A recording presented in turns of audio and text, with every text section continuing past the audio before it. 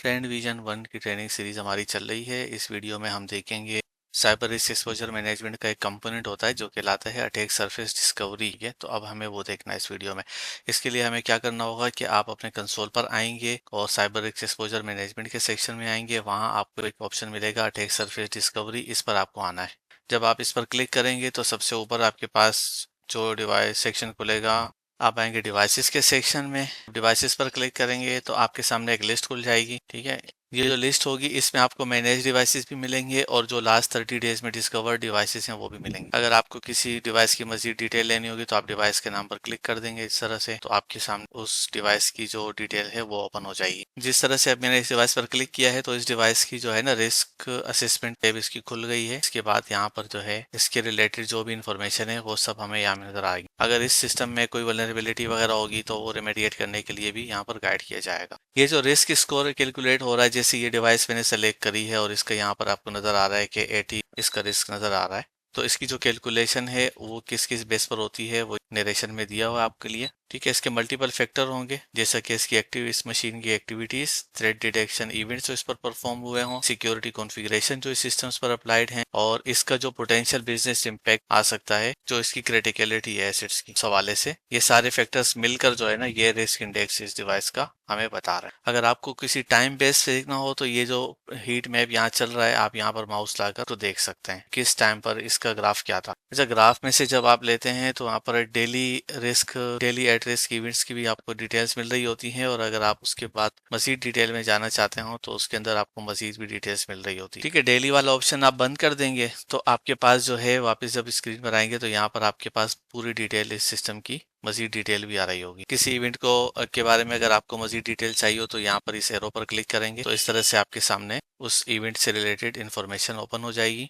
इस इन्फॉर्मेशन में आपको जो वल्नरेबिलिटी है उसकी डिटेल भी मिल जाएगी और जो उसको मिटिगेट करने का प्रोसेस है उसकी डिटेल भी आपको मिल जाएगी। जो हमारे पास इसमें ऑप्शन है एसेट ग्राफ। ठीक है, पहले हम यहाँ पर थे, चीज को नोट कर लें। पहले हम रिस्क असेसमेंट के टैब में थे, ये डिवाइस हमने सेलेक्ट की हुई है। उसके पहले जो हमने डिस्कशन की है वो रिस्क असेसमेंट से रिलेटेड थी। अब हमारी एसेट रिस्क ग्राफ, ठीक है, यहाँ पर आप क्लिक करेंगे तो आपको यहाँ पर इस तरह से ये ग्राफ पूरा बना हुआ नजर आएगा।